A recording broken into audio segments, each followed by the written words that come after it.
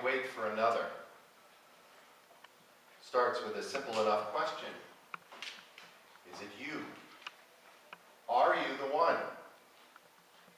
Are you the one who will actually make a difference? Are you the one who actually knows me? Knows the real me? Knows what I really need? Are you the one I can actually trust? Trust with my dreams. Trust with my family. Trust with my life. Are you the one who loves me when no one else can? Are you the one who forgives me when no one else will?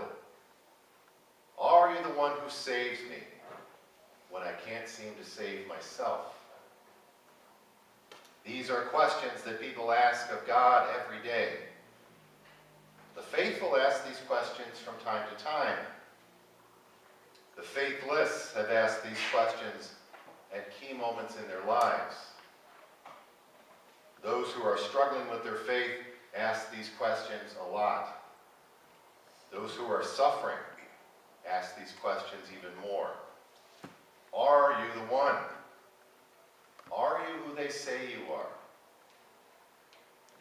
There were several times in my life when I asked those very questions. Are you who I think you are? Are you who others tell me that you are? There were times in my life when those questions held me back, when those questions did me great abuse, when those questions overwhelmed me. I confess that there really has never been a moment in my life when I did not believe in the presence of a God. For me, a God's existence has always been a given. What I was never always sure of, though, was who this God we worship actually was. Who this God-made man we call Jesus Christ actually was. Don't get me wrong, there have been traits I've always believed true of God. Wisdom, honesty, integrity, mercy, and especially love. These are things I've always believed were central to the God that we worship. Central to the God who ultimately is what the kingdom of God brings to us and to all of creation. But when life happens, and I face those tough questions about God, about the kind of God we are the adopted children of, about how God is active in the world, or about how God is absent in the world, I'm reminded of how little I really know about who God is sometimes. I think that part of my problem is that, like most people, I have certain preconceived notions about who God is, or maybe more exactly, who I think God should be. During Bible study, I made the comment that I want to believe in a squishy God, a God who doesn't judge, a God who never tests us, a God who answers every prayer, a God who punishes the wicked and shields the weak all the time, a God who never gives us more than we can handle. But life has taught me that God is not always a squishy God. I guess I should have seen it coming. Spoiler alert. Just read a little of the Old Testament, and you'll see God in rare form, smiting and judging and rejecting and playing favorites. This is the God of the Old Testament. How about God destroying the entire surface of the planet and saving only Noah and his family during the flood? Does the utter destruction of Sodom and Gomorrah ring any bells? With Lot's own wife turned into a pillar of salt just for turning around and looking back. How about the story of Moses? God kills all the firstborn of Egypt, and not just those of Pharaoh at his court. God drowns Pharaoh's entire army in the Red Sea including the conscripted slaves and the underage boys who were brought along as servants. God declares that not one of the Hebrews who started the journey with Moses will complete it alive, including Moses himself, who receives a death sentence for apparently just interceding between God and his chosen people, one time too many. Remember that land flowing with milk and honey that God has promised to his chosen people. The one that already had people living in it. The one God's chosen were instructed to wipe out utterly, including women and children and even livestock and other animals. Every living thing had to die. How about the utter destruction of the northern kingdom of Israel as judgment against them? Or the destruction and exile of the southern kingdom of Judah as retribution, along with the destruction of God's own home on earth, the temple.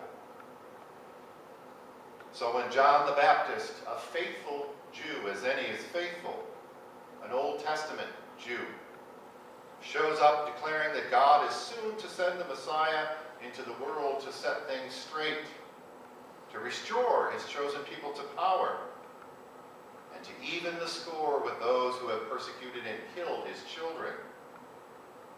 Turning back to God, repenting is the most important thing to John. John's message, get right with God now, because God's Messiah is coming, and he's going to set things straight. And believe me, you don't want to be on the wrong side of that. John even meets the coming Messiah, Jesus, who shows up for baptism in the Jordan River. John magnifies, Jesus shines. Jesus increases, John decreases. All according to the plan of who John thinks God is and what God's Messiah will come to do. Fast forward to today's reading from the Gospel according to Matthew, with John the Baptist in Herod's prison waiting for his execution. How far he has fallen. His ministry is over.